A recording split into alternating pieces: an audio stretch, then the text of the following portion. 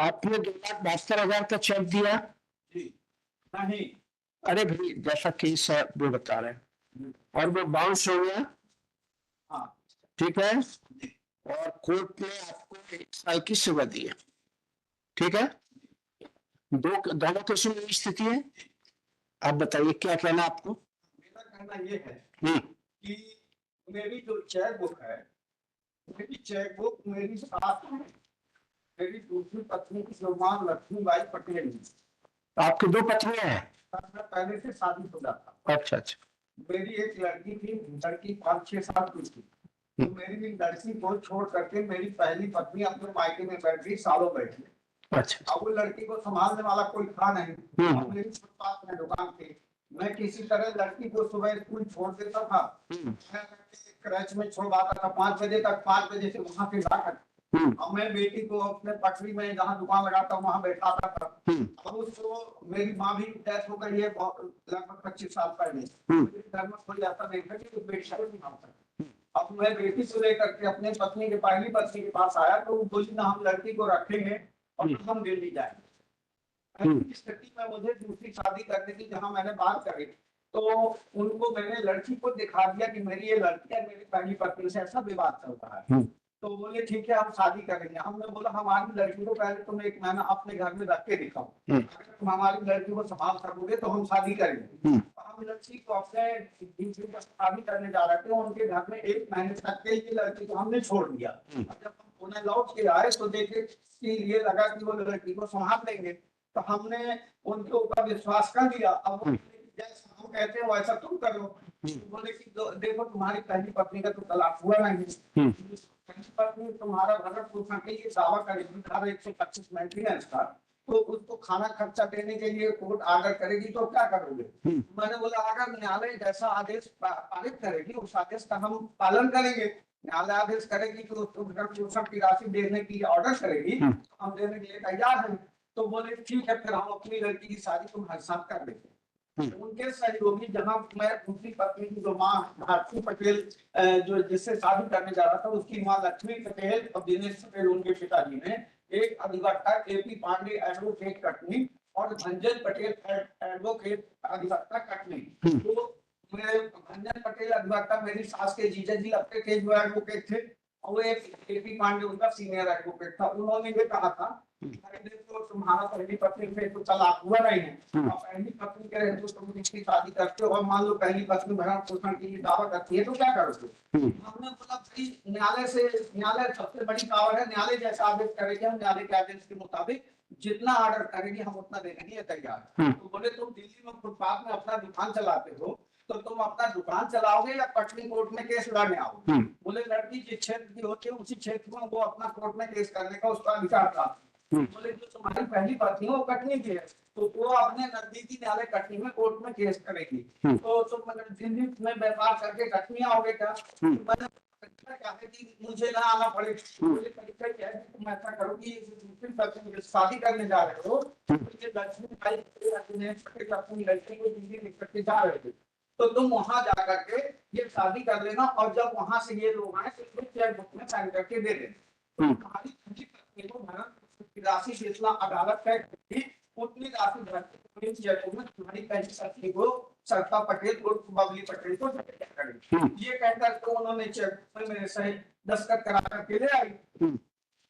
2 stamp भी खरीदवाई थी कटनी में और तो 50-50 के 2 स्टाम्प एक बार बोला उधर पे डूबे गए तो 2 स्टाम्प खरीदी और स्टाम्प को साइन भी करा दिया। पढ़ना भी साइन बोले ठीक है अब हम तुम्हारे साथ ये भारती पटेल के साथ शादी करवा देते हैं। ये जा रहे हैं दिल्ली तो ये लोग गए लड़की को दिल्ली गए दिल्ली में आठ समाज मंदिर में मेरे साथ शादी कर दिए। वहां से आए तो चेक बुक में साइन करा कर चले आए कि पहली हम तो वकील तुम्हारी तरफ से पहली पत्नी के खिलाफ कोर्ट में केस लड़ेगा। अब तो अब वकील जो है तुम्हारा पहली पत्नी के खिलाफ केस लड़ेगा और जितना अदालत तय करेगी अमाउंट उतना राशि भर के पहली पत्नी को भरण पोषण की राशि दे दिया करेगी।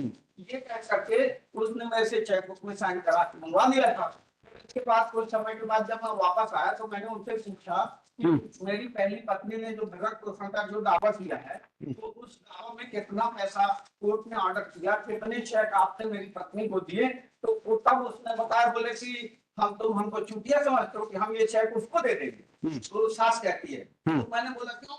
तो कहती है अब मैं तेरे को कंगाल कर दूंगी। मेरे से बोली कभी 2 लाख दे दे, कभी 5 लाख दे दे, 10 लाख दे दे। मैंने बोला मैंने शादी किया है तुम्हारी लड़की से, तुम्हारी लड़की मेरी पत्नी बनी है और मैं अपने बच्चों के लिए, अपने पत्नी के लिए कमा रहा हूँ, इसका जिम्मेदार नहीं हूँ। कहती है, अगर मुझे पैसा ना देगा तो मैं तुझे बर्बाद कर दूं, चेक बुक मेरे पास है।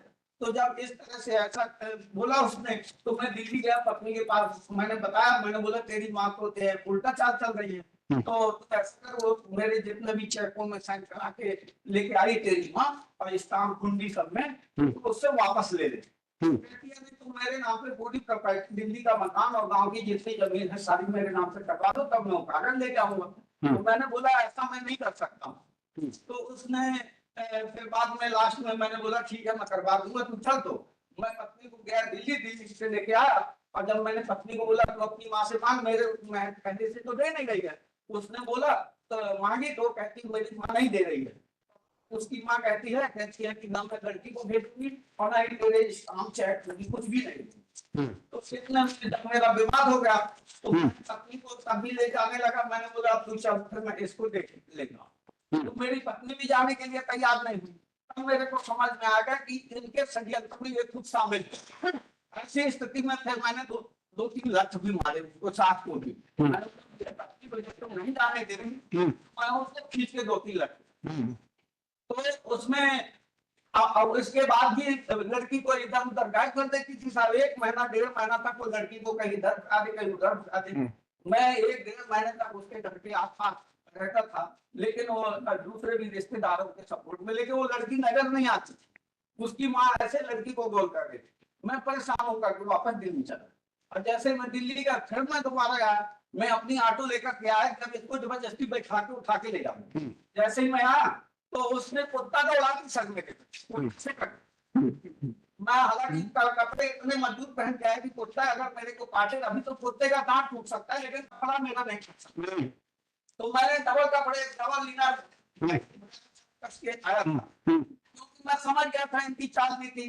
10-11 महीने के अंदर, और ये मेरी जो दूसरी पत्नी है, अपने नाम पे कराने के लिए इतने षड्यंत्र रची उसने। तो अभी पत्नी आपके साथ रहेगी, पत्नी आपके साथ रहेगी?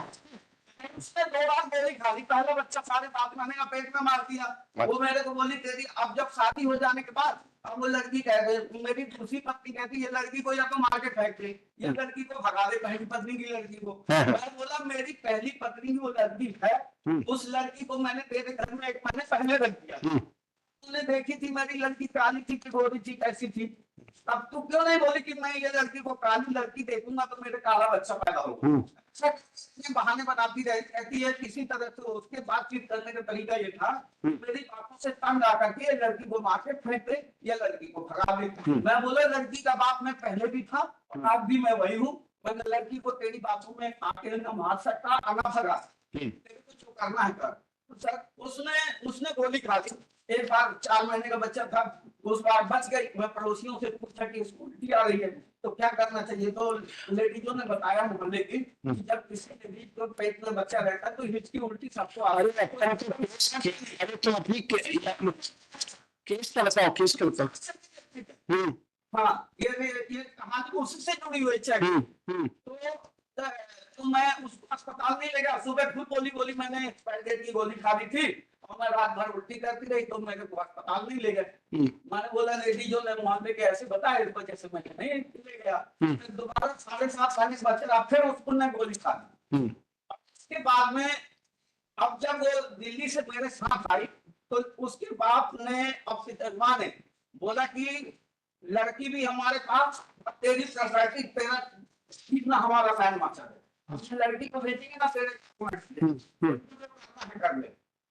तो ऐसी स्थिति में जब मेरे को उसने कागज वगैरह भी नहीं, ये सारी बात मैंने अपने बड़े भाई किशोर से बताया जो इस केस में परिवादी था। तो बनाएंगे ये बड़े चचेरा भाई है, बड़े पिताजी ने तो केस लगाया आपके खिलाफ। जो मेरे ऊपर केस केस लगाया, इसको मैंने सारी घटना बताई। तो सारी घटना बता रही है, जाकर उससे मिल लिया साहब। अब उसने मिलकर के वो चेक इसने ले आया। अच्छा। हाँ, इसने झूठा ये जो वचन पत्र लिखा है, झूठा वचन पत्र लिखा है इसने, फर्जी वचन पत्र। तो आपके ये ब्रजकिशोर आपका भाई है जिसने दोनों मुकदमे लगाए हैं? जी जी, मेरा भाई है।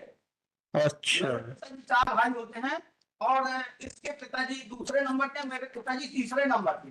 तो अभी ये बताओ, पत्नी आपके साथ नहीं रह रही है? तो जो अब पहली पत्नी साथ, जब ये दूसरी पत्नी जो मेरे ऊपर 498 का केस लगा दी, 494 का लगा दी, उसने 125 मेंटेनेंस का लगा दी, उसके बाद उसने 138 चेक बाउंस का उसकी मांगे लगा दिया, चेक बुक का चेक 26 63 77 नंबर का चेक मेरी सास ने केस लगा दिया। तो कटनी कोर्ट ने मेरे जो 10/6/2004 के प्रकाशन को 10/6/2007 लिखती है, घटना में पहले प्रस्तुत हो गया था, इस कारण से आपको नहीं मिल सकता। मुझे 1 साल की सजा सुना दी कटनी कोर्ट ने। 26 वाले जो चेक को जो मेरी सास ने लगा इसकी अपील की, फांसी आमले 2013। तो उस केस में जब मैंने अपीली कोर्ट में मैंने अपील किया, अपीली कोर्ट ने उस चीज को देखा, सारी चीजों को देखते हुए न्यायालय ने मुझे निर्दोष साबित किया। कौन सा जजमेंट है वो जजमेंट 3 सितंबर 2014। अच्छा। फिर ये खत्म हो गया, फिर कैसे केस आ गया दूसरा?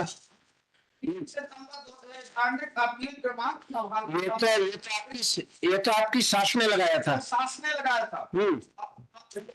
वो जैसे ही मेरे खिलाफ जो लोअर कोर्ट कटनी में केस लगाया, उसी टाइम पे इस सास को मेरी लालच दिया मेरे चचेरे भाई ने, कहा गई है कि तू आर्थिक दृष्टि से इतनी कमजोर है कि ये नहीं साबित कर सकती कि मैं दमाग को 1 लाख रुपए देने की हैसियत रखती।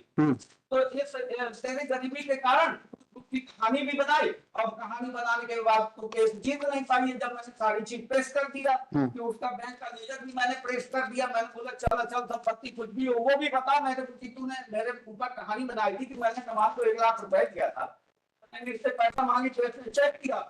तो जब प्रकरण इतना डाल दिया कहानी बना के, तो मुझे तो अपने भारत कोर्ट में केस लाना पड़ा। तो जब मैंने देखा कि जब मैंने इसके बीपीएल का कार्ड भी मैंने पेश कर दिया, मजदूरी का कार्ड भी बना, इसका बैंक का लेजर भी पेश करवा दिया, इसके खाते में अधिकतम 3200 रुपए जमा थे 2002 से इसने जो खाता खोला था इलाहाबाद में। और उसने मेरे चेक को अपने अकाउंट में इलाहाबाद में जमा कर दिया, और वो इलाहाबाद बैंक ने क्लियरेंस के लिए मेरे गोल्ड डाकखाना जीपीओ नई दिल्ली एक को भेजा। जीपीओ नई दिल्ली एक ने 3/7/2004 को खाता बंद करने की रिपोर्ट पेश कर दी। भोलाराम पटेल ने अपना आवेदन देकर के 3/7/2004 को अपना खाता बंद कर दिया। सर जब 3/7/2004 को मैंने खाता बंद कर दिया, मेरे पास पूरी चेक बुक नहीं, तो ब्रज किशोर को मैंने तेरे भाई को मैंने चेक करना से दे दूंगा। ये मेरे दस्तखत जो मेरे वकील ने प्लेन पेपर में करवाया था, उसी के ऊपर ये वचन पत्र लिख लिया, और उसके माध्यम से साबित करना चाहता है। तो आपने वकील की कोई शिकायत की आप काउंसिल में? सदन में कितने वकीलों की शिकायत करूंगा? एक वकील ये जबलपुर हाई कोर्ट के जो अजय पाल सिंह एडवोकेट हैं, अजय पाल सिंह एडवोकेट ने जो क्रिमिनल रिवीजन पेश कर दी, तो इसमें उन्होंने प्रत्येक राशि को लोअर कोर्ट में हमने पैसा जमा किया था, उसकी रसीद मैंने अपने वकील साहब को दिया। अब वकील साहब को दिया तो रिवीजन क्रिमिनल रिवीजन एप्लीकेशन के साथ में उनको ये प्रत्येक राशि की रसीद पेश करना चाहिए था, उन्होंने पेश किया नहीं। इस बात का मुझे कब पता लगा? 5 साल बाद। जितने भी कोर्ट में मैं आता हूँ, तो जितने भी वकील अपने पक्षकार के प्रति वफादार हैं, अच्छी रखते हैं, वो कोर्ट में आकर के अपना रिक्वेस्ट कर देते हैं, अपने केस की पहली सुनवाई कर लेते हैं। मैंने बोला वकील साहब, आप मेरे केस में कभी भी रिक्वेस्ट आपने नहीं किया, आपने 5 साल हो गए, आपने रिवीजन किए हुए, आपने रिक्वेस्ट क्यों नहीं किए? तो बोले जब हमारा नंबर आएगा तब हम बात कर लेंगे, देख लेंगे। मैंने बोला किसी का नंबर आता है नहीं आता, लेकिन रिक्वेस्ट करके उनके सामने रखते हैं, लेकिन आपने क्यों नहीं रखी? तो जब मेरे को नीचे की कोर्ट ने वसूली वारंट जारी कर दिया, तो मैंने फिर अर्जेंट एप्लीकेशन रखवा करके, और बोले 2-3 दिन में फिर नंबर आया। साहब जब मेरा घर जल के राख हो जाएगा, डॉक्यूमेंट भेजेंगे मेरे घर घुसाने के लिए, तो मेरे आपके सेंटर लाने का मतलब क्या होगा? मैंने बोला कोई बात नहीं, तुमने फाइलिंग कर दिया, उनका डायरी नंबर मैंने दिया, दोनों ने एप्लीकेशन फाइल की और चीफ जस्टिस साहब से मैंने निवेदन किया। चीफ जस्टिस साहब ने अध्यक्ष सुरेश कुमार के लिए ऑर्डर कर दिया। तो पीके और फाइल को भी छुट्टी में ले जाकर इसका किसका मेरे केस मेरी बहस का कोई भी तर्क का जवाब नहीं देगा आपको। अपोजिट पार्टी का वकील रिवीजन जो है ना 9/6/2007 ले आई थी 2003 में चेक 10-11 महीने के अंदर अपने जब असली राज का पता लगा कि ये चेक बुक जो मेरी पहली पत्नी को देने के लिए लाई थी वो उसको न ले करके वो आपने खुद सभी अंतरराष्ट्रीय लगी, तब मेरे उससे पे बात। अब जब ये बताइए कि मैं मेरा सास पूरी चेक बुक ले आई, चेक बुक तो मैंने दिया था तो मैं जानता हूँ, तो वो चेक बुक ब्रज किशोर के पास 2013 में कैसे? अब ये देखिए आप इसमें अनुच्छेद नंबर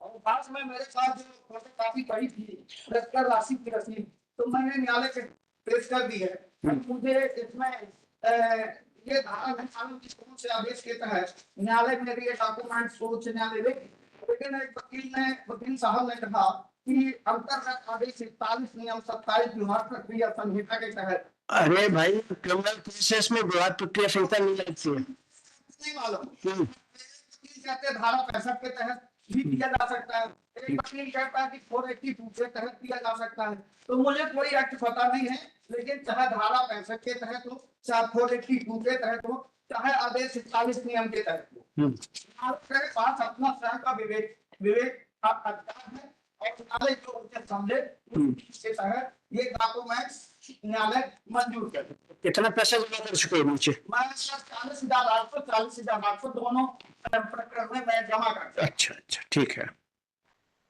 और ये जो है ये आप देखिए इसमें ये आपने कौन सी रसीद पेश की है? रसीद कहाँ पर है आपकी? रसीद में देखा प्रार्थना पत्र जो पहला नंबर एप्लीकेशन लगा है उस प्रार्थना पत्र के बाद ये पेज नंबर 7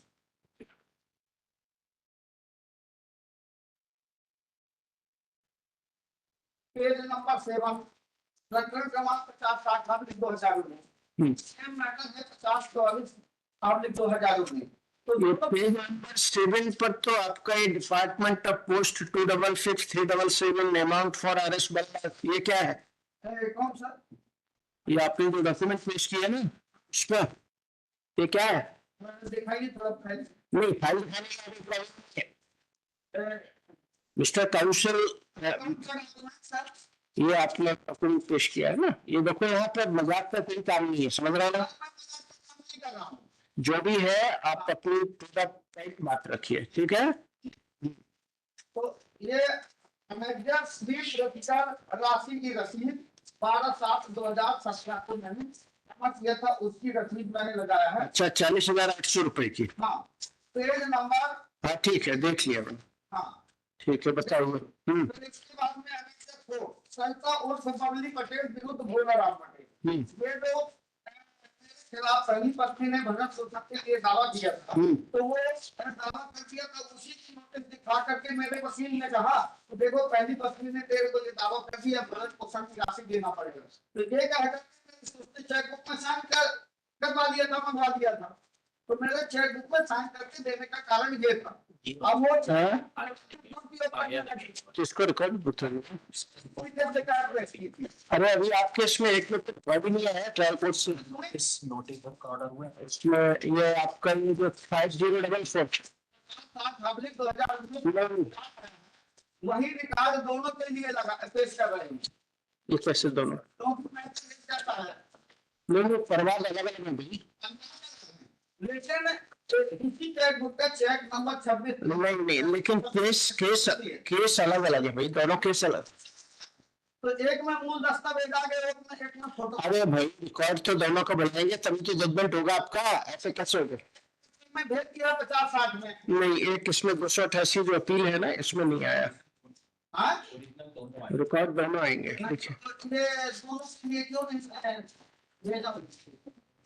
ऑर्डर नहीं आया अभी तक, तो आपके में रिकॉर्ड भी लाना पड़ेगा। इसमें भी कोर्ट ऑर्डर कर दे। नहीं, एक में तो आ चुका है, एक में नहीं आया। लिखिए श्री क्या बोलते applicant applicant Bholaram in person present हाँ अनेक्सेप्ट Shri I am Shafiqullah learned counsel for the respondent. ये क्या भी एडमिट नहीं होगा और सर, केवल नोटिस सर इसका इसमें क्या करना आपका भी कि अरे चुप रहिए। हाँ आपको क्या नहीं, अरे इसमें ये जो CRR 5044 है ना, ये तो भी एडमिट ही नहीं हुआ। लेकिन इसमें सरेंडर ही नहीं हुआ कि पैरा ऑपरेटिव को देख सकते वो ट्रायल कोर्ट चाहिए इनकी क्या वारंट जारी करें, लेकिन यहाँ तो भी इनका एडमिट होगा नहीं केस। लिखिए whether it is valid time or not, लिखिए श्री और लिखिए प्रेजेंटेशन, लिखिए ये 10 मार्क्स तो नहीं है, नहीं सर, दोनों एडमिशन लिखिए हार्ड ऑन एडमिशन।